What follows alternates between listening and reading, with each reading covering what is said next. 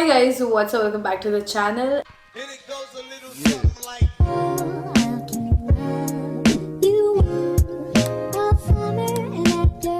Today I'm going to be answering all of your questions that you asked me on Instagram, as I told you guys that I'm going to be making a second part about this video. So I already have uploaded the first part of this video, which went live I think couple of weeks back. So I'll just link it down here if you guys want to check it out. Let's not waste any more time and let's just get into this video and answer the first question.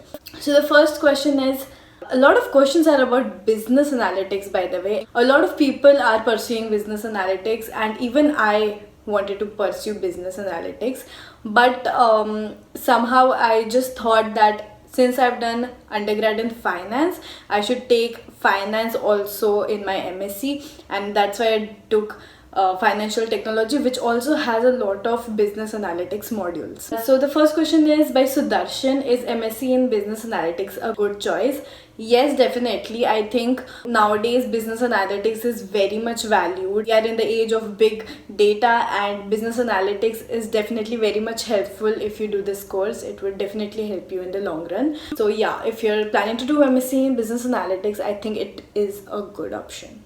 Second question is it required to show full living expense details while applying for visa? Can we manage expenses working part-time? You need to definitely show the finances even if you are planning to work part-time for it. Like for example, I'm covering my living expenses from my part-time, like I'm paying my rent and daily expense and whatever.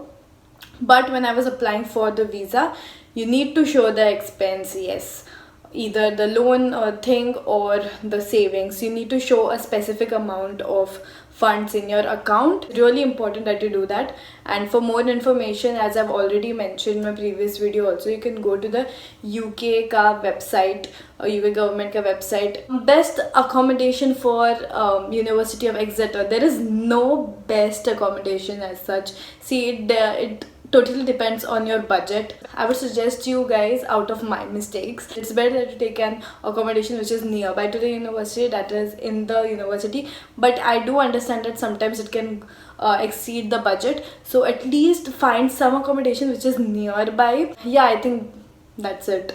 How did you choose your accommodation? I've already answered that. Most of the questions I've already addressed. And can we get a 3-bedroom flat? Yes, you can get 3-bedroom flat, 5-bedroom flat, 7-bedroom flat. You can get different type of flats and accommodations here. There is something known as student accommodation, wherein all the students live together, but there is also like private student accommodations. Like these are student hallways, but then are owned by private landlords, so they do not come under university's accommodation. Apart from that, you can also rent like flats, separate flats, apartments, row houses. A lot of things you can do, and those are actually like very cheap. But then I did not choose that kind of accommodations because for me security was more important, because I'm moving to a whole nother country. But later I realized that everything here is secure. If you have people living with you in a row house or say in a flat, I don't think there's any problem for that. But initially when I was like moving in, I was like really thoda sa, I was in that state of mind that I want to live somewhere where everybody is living, all the students are living. So that's why I chose a place where I would feel safer. But now I realize that that thought was a little stupid. Anyways, let's move towards the next question. Is job experience mandatory after bachelor's degree for study in MBA in UK or else in other country? Yes, if you're doing MBA, say MBA and masters, like MSc and MBA are two different things. Okay, so if you want to do MBA, you definitely need work experience. Whereas if you're doing MSc, you don't need work experience. Okay, that's the main reason why I chose MSc, because I don't have any work experience and I did not have time to work and then pursue MBA. So that's why I chose to do MSc. Can you do masters in fashion marketing in UK? I think so you can. So there are a lot of different courses here. Some courses I thought never heard about them before. I guess you'll find it definitely, if not exactly fashion marketing, maybe something related to fashion and marketing. Okay, the next question is a long one asked by Siddhi. Siddhi is one of my friends. Can you tell me that for going to UK studies we have to keep bank balance, like what big amount, and how much is it, and if we don't have that much, what should we do? Okay, amount of money that you should be keeping in your bank account if you want to go study in UK, that is basically your tuition fee of the university plus your living expense. Okay, and if you don't have funds, mostly nobody has that much of fund mostly, so you have a lot of options. You can take loan, or if you need to, like, if you're asking me how can you show it to the visa people, there are a lot of ways, there's a lot of jugards we Indians can do. Because later definitely the tuition fee you're gonna pay, some loan that you're gonna take, but then mostly living expense is taken care by the part-time jobs only. Next question is 10 lakh enough for master tuition fees? 10 lakh enough?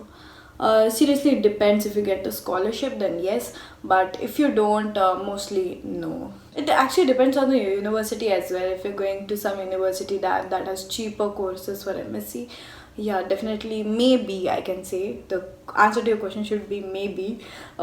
Maybe, yeah. What things to pack if you're flying to London?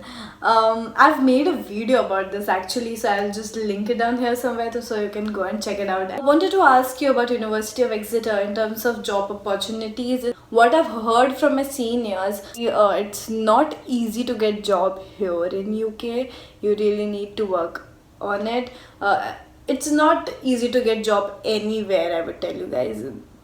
We are living in a generation where there is a lot of competition. Everybody is smart, everybody knows everything, so you need to actually do something to just stand out of the crowd. So yeah. How early you started applying for the university? Did you get a scholarship? I applied quite early because I wanted to get into the previous September intake, and then I thought of taking the Jan intake, but then the COVID happened and a lot of things happened, so I was like really confused at that time. I was also worried like what is going to happen, like a lot of things were happening at that point of time. But then it doesn't make any difference, to be honest guys. I got scholarship. I got £3,000 scholarship, that is all. What about this exam structure?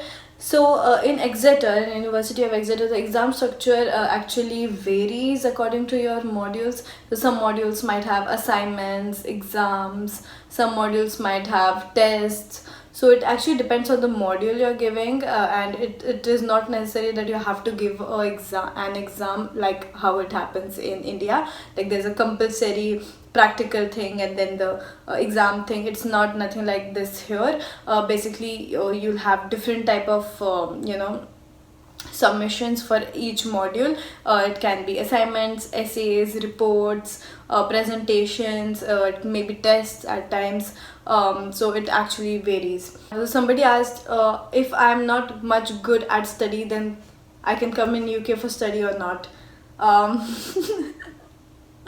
Yeah, you can actually. You definitely can. If the university accepts you, if the university thinks that you have the potential, yes, you can. Yeah.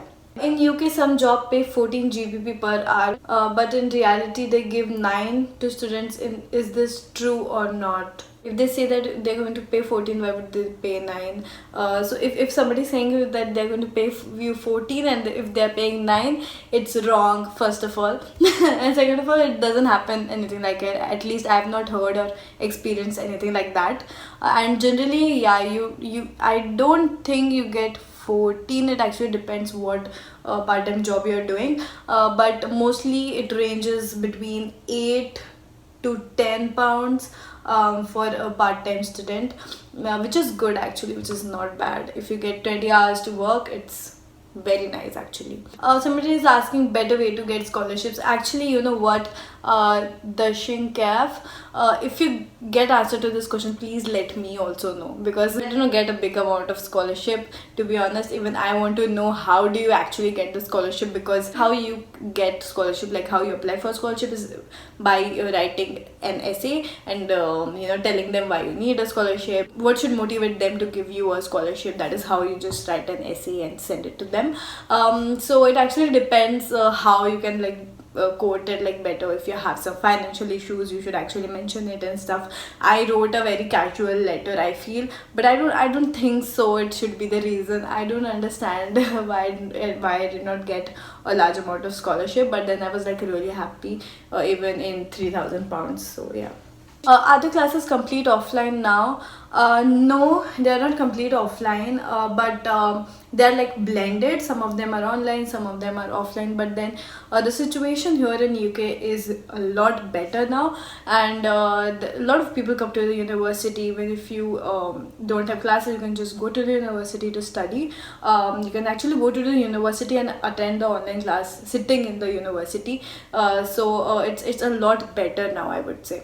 I think that's all about the questions. There are more questions actually, but then they are just repeated questions which I've already answered in my previous videos. I hope you guys enjoyed this video. I've been like really busy the past week. I had 5 submissions in a week, so it was like really heavy on me. Plus, when you're doing everything, household, studies, then you're doing work, I'm working 20 hours a week. So it actually gets a lot. Whenever I get time, I'm doing something or the other, and I actually don't get time for myself. And when I get my time, I actually want to spend it doing something, amusing myself, or doing at least something that makes me feel better. And instead of just editing and doing this and that, I just wanted some time off for myself, and that's why I was not posting that regularly. And now this month, the December month, would be a very chill month because I have holidays, so most probably you'll see a lot more content this month. And I thank you so much guys for whoever is still supporting me even if I don't upload videos that consistently. I love you guys. I love you. Anyways guys, so if you like this video, don't forget to like, share and subscribe to the channel. You know the drill, comment down, whatever. आपको पता है अभी तक क्या करना है. And I will see you in my next video. Until then, bye bye and take care. Mwah.